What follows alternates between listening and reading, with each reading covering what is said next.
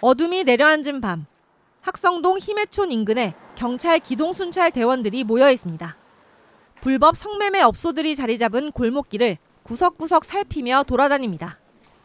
유리창 앞에 앉아있던 여성들은 안쪽으로 몸을 숨기고 불을 끄는 곳도 눈에 띕니다. 경찰이 성매매 집결지 폐쇄를 위한 본격적인 집중 순찰을 시작했습니다. 매일 밤 심야 순찰을 강화해 성매수를 위해 이곳을 찾는 사람들의 발길을 끊겠다는 겁니다. 조금 저 정신 들어오신 것은 조금 데려가셔도 돼. 귀가하셔. 하지만 집중 순찰 첫날부터 일부 취객들과 몸싸움이 벌어지는 등 충돌도 있었습니다. 제가 알아서 할게요. 이게 뭐 하시는 동네인지는 아시죠? 몰라요. 몰라요?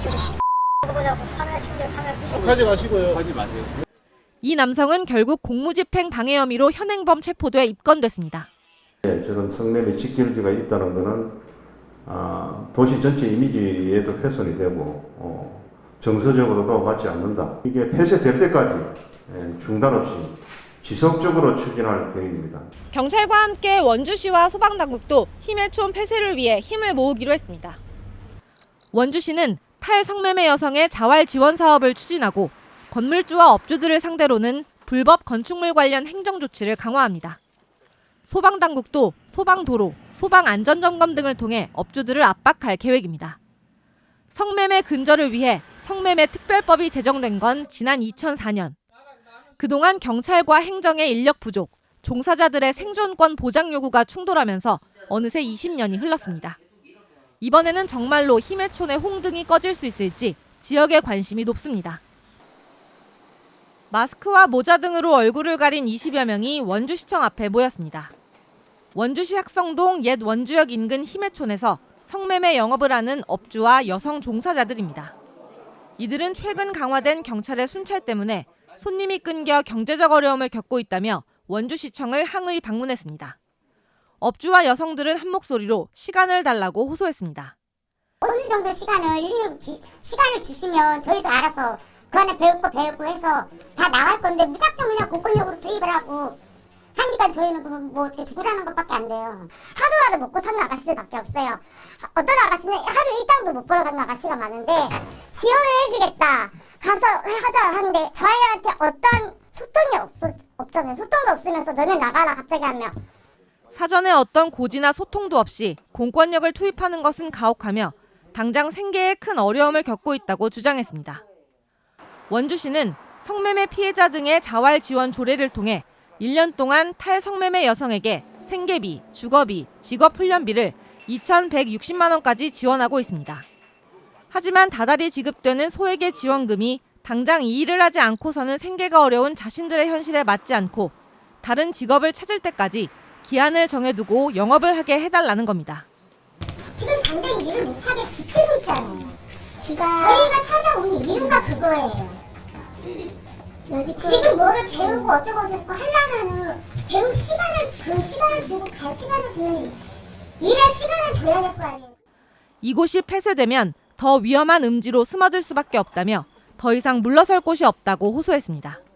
여기 한 70년 가까이 지금 이어져 온 그 직결지예요. 그러니까 뭐 언제까지 이거는 말씀하실 자체가 안 되는, 충분히 말씀하시는 건 이해는 되지만 원주시 전체 크게 보면은 없어져야 되는 거, 정비돼야 되는 건 맞아요. 아니 원주시는 경찰의 순찰을 시가 나서서 제지할 수는 없으며 업주와 여성들이 참석하는 소통의 자리를 다시 한번 마련하겠다고 밝혔습니다.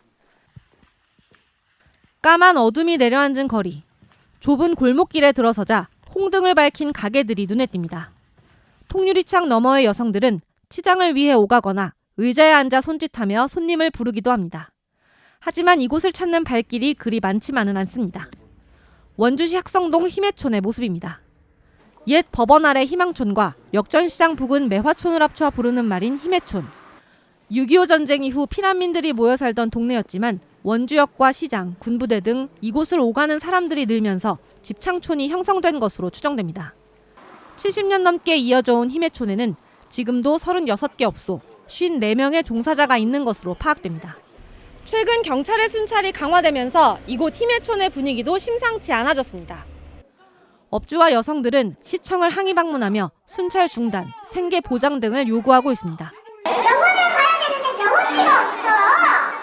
어떡하라고? 탈성매매 여성을 위한 지원책도 현실성이 없으며 이곳이 사라지면 오피스텔 같은 더 은밀한 곳으로 숨을 수밖에 없다고 호소합니다.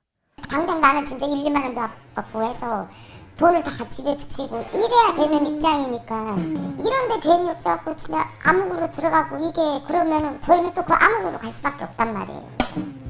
하지만 행정과 경찰, 시민단체 등 지역사회의 목소리는 단호합니다. 인권이라는 기본적인 가치 차원에서는 물론이고 도시의 발달, 시민들의 의식 수준 역시 달라진 만큼 이번에야말로 성매매 집결지를 정리하자는 입장입니다. 70여 년간 여성의 인권을 유린해온 상징적인 공간입니다. 이곳에서는 화재, 폭행, 강금 등의 사건 사고가 끊이지 않았고 지역사회는 슬럼화의 길을 걸었습니다. 더 이상 방관할 수 없습니다. 전국에 남아있는 성매매 집결지는 원주 힘의촌을 포함해 7개 시도에 모두 12곳.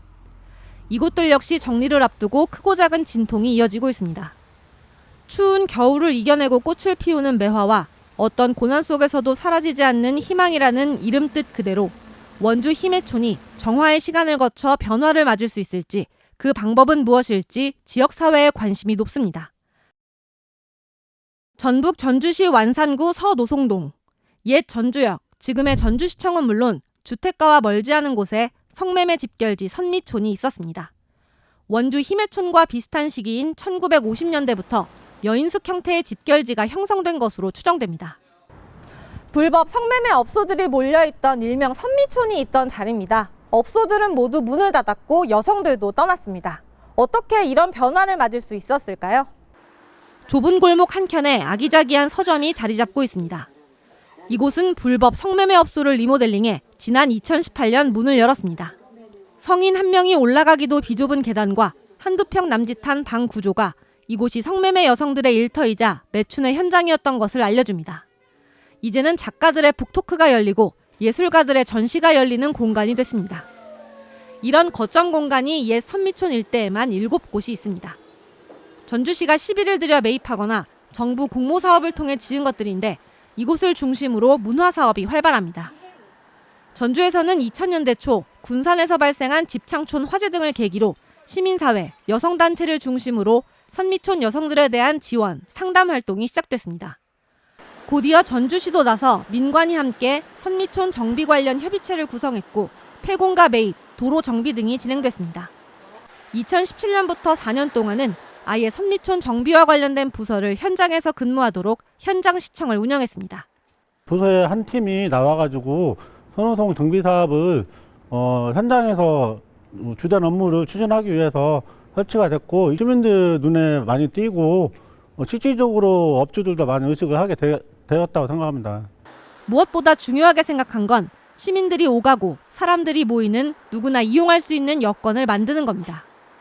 지역 예술인을 중심으로 전시회를 열고 지속적으로 선미촌 걷기 운동을 실시하는 등 누구나 참여할 수 있는 교육의 장으로 삼았습니다. 이런 상황이 벌어진지 알아야 되는 거고 거기서 시민들의 공동의 가치 판단이 있어야 되고 그것이 정책 위반이 돼서 우리가 사는 도시가 우리한테 어떻게 다시 재복원되느냐 문제이기 때문에 환경이 달라지자 점차 성구매자들의 발길이 끊어졌고 지난 2021년 12월 선미촌은 공식 폐쇄를 선언하게 된 겁니다. 전주 시민들은 아카이빙을 통해 선미촌을 기억하는 작업도 지속하고 있습니다. 혐오의 대상일 수 있지만 그 혐오를 우리가 직접 맡아들이고 해결해야 도시가 시민의 것이 되겠죠. 그런 부분에서 의미가 있다고 봅니다. 충남 아산의 온양온천 일대에 형성된 유흥업소 집결지 일명 장미마을. 1960, 70년대 온천이 신혼여행지로 각광받고 80년대에는 심야 영업 제한이 없는 관광특구로 지정되면서 전성기를 누렸습니다. 2000년대에 접어들면서 온천의 인기는 잦아들었지만 오히려 장미마을은 성매매가 버젓이 이뤄지는 곳으로 변질됐고 2008년 대전 유천동 집결지가 폐쇄된 이후에는 충남 최대 성매매 집결지라는 오명을 쓰게 됐습니다. 이곳에 변화의 바람이 시작된 건 2016년 전국체전 개최를 앞두고였습니다. 허가를 받고 여성 종업원을 둘 수 있는 유흥주점들이었지만 성매매는 엄연한 불법. 하지만 경찰의 단속이 어려웠기 때문에 아산시가 적극적으로 나섰습니다. 위생 공무원들이 이제 따로 점검을 하러 다니면서 아무 때고 가서 신분증 내주고 뭐가 식품이니까 부정불량 식품이 있는지 불법 행위를 하는지 이런 걸 보러 오잖아요. 같이 들어가고 합동 점검할 때는 건설과 직원까지 다 같이 가서 건축물이 불법 건축물이 있느냐 없느냐 해서 이렇게 위협적으로 쪼아 들어간 거예요. 2018년 전국 최초 여성 친화형 도시재생 사업에 선정되면서 장미마을에는 양성평등 거리가 생겼고 이곳을 중심으로 여성과 청년 창업 공간, 거주 공간이 조성되고 있습니다. 강력한 단속과 함께 도시정비가 이루어지면서 이곳을 찾는 성구매자들은 점차 줄었고 영업이 힘들어진 업주들의 잦은 폐쇄가 이어져 지금 남은 업소는 6곳에 불과합니다.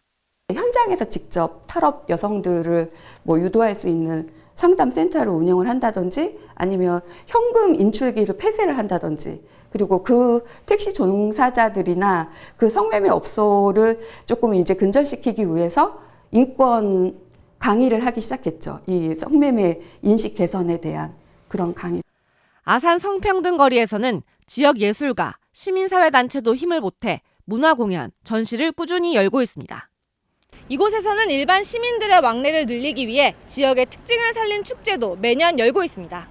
유흥가, 성매매 집결지라는 흔적을 지우고 일반 시민들이 쉬어가고 찾아오는 지역으로 마을을 바꿔가고 있는 겁니다. 문화예술촌으로 변모한 전주 선미촌과 성평등 거리가 된 아산 장미마을. 두 곳 모두 강력한 단속과 함께 도시정비가 이뤄졌고 시민사회가 적극적으로 힘을 보태면서 새로운 공간으로 탈바꿈할 수 있었습니다. 그동안의 도시재생 노력에도 체감할 만한 변화가 없던 원주 희매촌. 경찰과 행정당국이 강력한 폐쇄 의지를 보이고 있는 지금 70년 흑역사의 마침표를 찍을 수 있을지 기로에 서 있습니다. MBC 뉴스 윤하은입니다.